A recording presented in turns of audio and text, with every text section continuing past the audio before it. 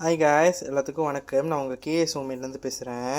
இன்றைக்கி எங்கள் அம்மா ஒரு எமர்ஜென்சி விஷயமா வெளியே போயிட்டாங்க. ஸோ வீட்டில் சாப்பாடு எதுவும் சொல்லிட்டு இப்போ நான் சமைக்க போகிறேன். நான் பூஜாங் ஸ்டைலில் சிம்பிளான சமையல் தான் செய்ய போகிறேன். எனக்கு கறிலாம் சமைக்க தெரியும். பட் இது இப்போதைக்கு எனக்கு இது அவ்வளோ ஐடியா இல்லாதனால நான் ஜஸ்ட் சிம்பிளாக பூஜாங் சமையல் சொல்லிட்டு ஒன்று செய்ய போகிறேன். அதாவது ஒரு ஃப்ரை நூடுல் பண்ண போகிறேன். ஓகேவா?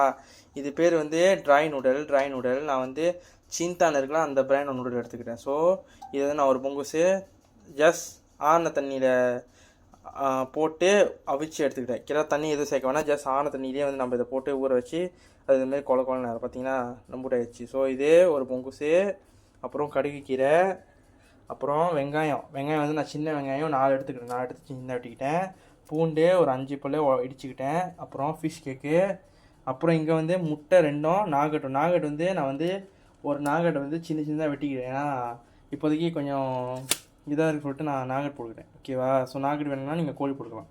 நாகட் பொரிச்சு எடுத்துக்கிட்டேன். நாகட்டையும் முட்டை ஏன்னா நாகட் நம்ம பொரிக்காமல் போகிறது பிரச்சனை இல்லை. பட் அது ரொம்ப நாள் வேகிறதுக்கு. ஸோ நான் அதுமாதிரி பொரிச்சு எடுத்துக்கிட்டேன் நல்லா. அப்புறம் முட்டை, அப்புறம் அது தேவையானது இது ஸ்வஸ்திராம் வெஜிடேரியனோட, இது சொஸ்பக்காட்டு, இது ஸ்வஸ்திராம் வெஜிடேரியனோட, அப்புறம் இது கிச்சா மாசே. ஸோ இதை வச்சு பூஜாங் ஸ்டைலில், அதாவது என்னோடய ஸ்டைலில் நான் சிம்பிளான சாப்பாடு தான் காமிக்க போகிறேன். வாங்க வீடியோவுக்கு போகலாம். ஸோ ஃபர்ஸ்ட் நான் நாகேட் பொரிச்ச எண்ணெயே சமைக்க போகிறேன். ஏன்னா நாகேட் பொரிச்சது தானே. ஸோ அதுலேயே நான் சமைக்கிறேன். ஓகேவா? ஸோ ஃபர்ஸ்ட் வெங்காயத்தையும் பூண்டையும் சேர்த்துக்கோங்க. அப்படியே சேர்த்துக்கோங்க. மொத்தமாக சேர்த்துட்டு கொஞ்ச நேரம் கரண்டி போட்டு நல்லா வதக்குங்க. இது என்னோடய ரெசிபி தருமா காய்ஸ். கிலா பூஜாங் ஸ்டைலில் நான் சமைக்கிறேன். ஓகேவா? ஏன்னா எங்கள் அம்மா வெளியே போயிட்டாங்க. ஸோ அதனால் எனக்கும் ஐடியா இல்லை. சரி நம்ம பூஜாங் ஸ்டைல் சமைக்க சொல்லிட்டு சமைக்கிறேன்.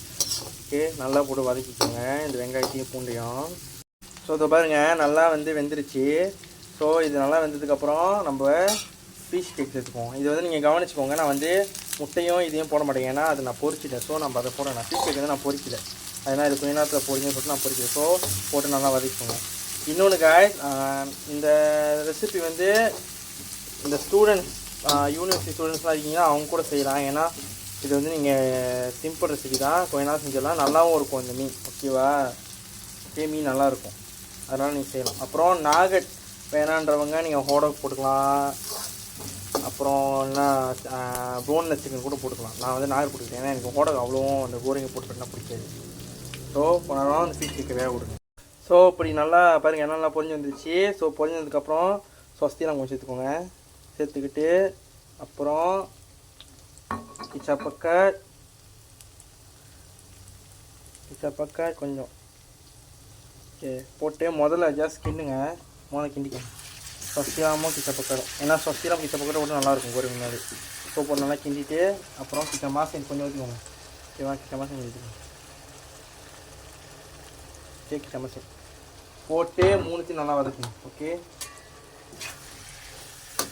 இன்னொன்று இது பூஜாங்க ஸ்டைலான பூஜா தான் சமைக்கணும்ல. எல்லாமே சமைச்சு கொடுங்க. கண்டிப்பாக நல்லாயிருக்கும். ஏன்னா எனக்கு வேறு ஐடியா இல்லை. சரி, ஏன்னா இந்த மாதிரி சாப்பாடு நல்லாயிருக்கும் கைஸ். நல்லாயிருக்கும்.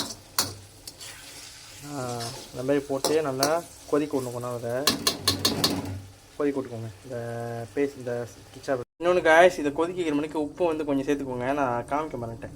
ஓகேவா? உப்பு சேர்த்துக்கப்புறம் இந்த சயோர் கடிக்கிறியா அப்படியே சேர்த்துக்கோங்க.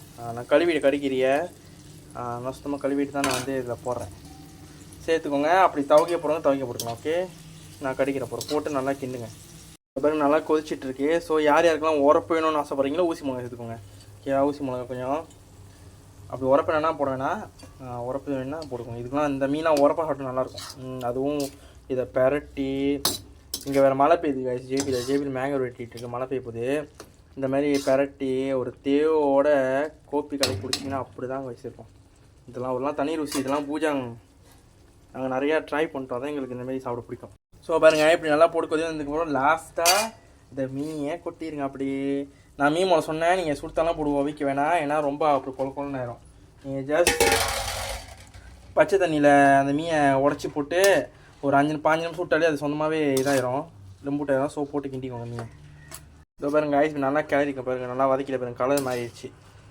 இப்போ தான் நல்லா கிண்டி இதை கொஞ்ச நேரம் வேக விடணுமா, அப்படியே எடுத்துடாதீங்க. ஏன்னா இப்போ தான் போட்டேன். ஸோ போட்டு நல்லா கிண்டி மிக்ஸ் பண்ணி விட்டுட்டு வேக விடுங்க.